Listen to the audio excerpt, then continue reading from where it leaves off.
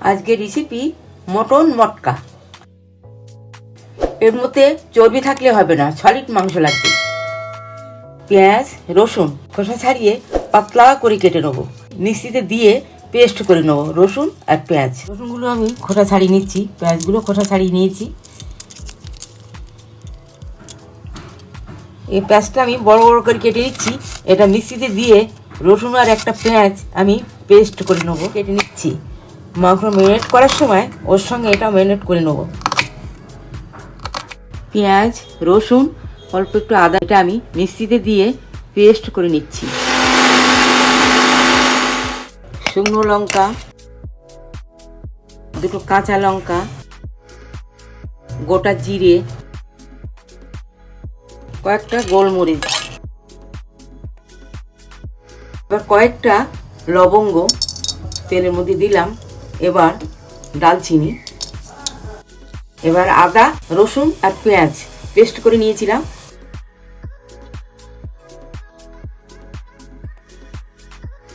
দেখুন অল্প পাকিয়ে নিয়েছি, বেশি পাকালে হবে না। এটা আমি নাবিয়ে মাংসের সঙ্গে মেখে নেব। হলুদ গুঁড়ো, লবণ, যে মশলাটা বেটে নিয়েছি মিক্সিতে দিয়ে ওটা আবার মাংসের মধ্যে দিয়ে দিচ্ছি।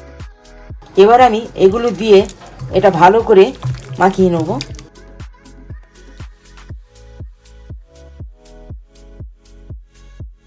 অল্প টক দই, সর্ষের তেল দিয়ে এটা ভালো করে মাখিয়ে নিতে হবে।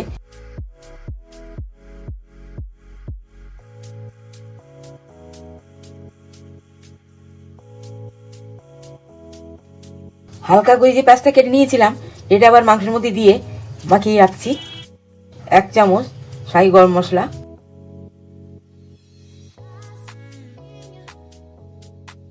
ম্যারিনেট করে এটা 1 ঘন্টা রেখে দিতে হবে ঢাকনা দিয়ে ঢেকে।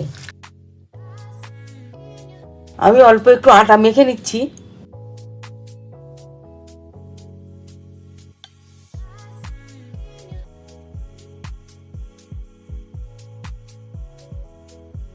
মটন মটকা রান্নার জন্য আমি একটা মাটির হাঁড়ি নিয়েছি, একটা সরা নিয়েছি।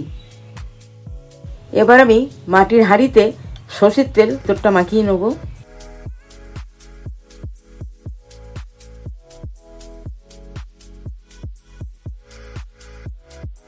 এক ঘন্টা পরে এবার আমি ঢাকনাটা নামিয়ে মাটির হাঁড়ির মধ্যে ওটা দিয়ে দেবো।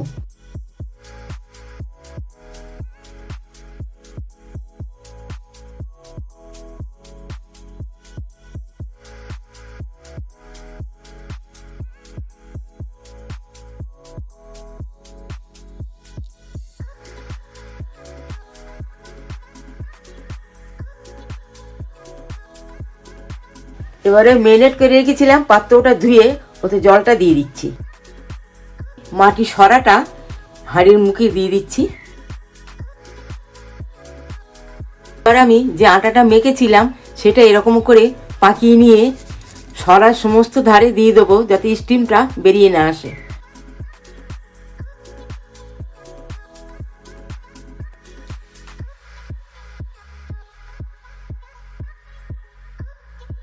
এবার মিডিয়াম আঁচে 30 মিনিট রেখে দেবো। মটন মটকা আমার হয়ে গেছে। এবার আমি আটা দিয়ে ধারটা আটকে দিয়েছিলাম সেটা আমি তুলে নিচ্ছি। তুলে ফেলে সরাটা নামিয়ে নেব। মটন মটকা আমার রান্না হয়ে গেছে। আমার রান্না যদি আপনাদের ভালো লাগে লাইক করুন এবং সাবস্ক্রাইব করুন।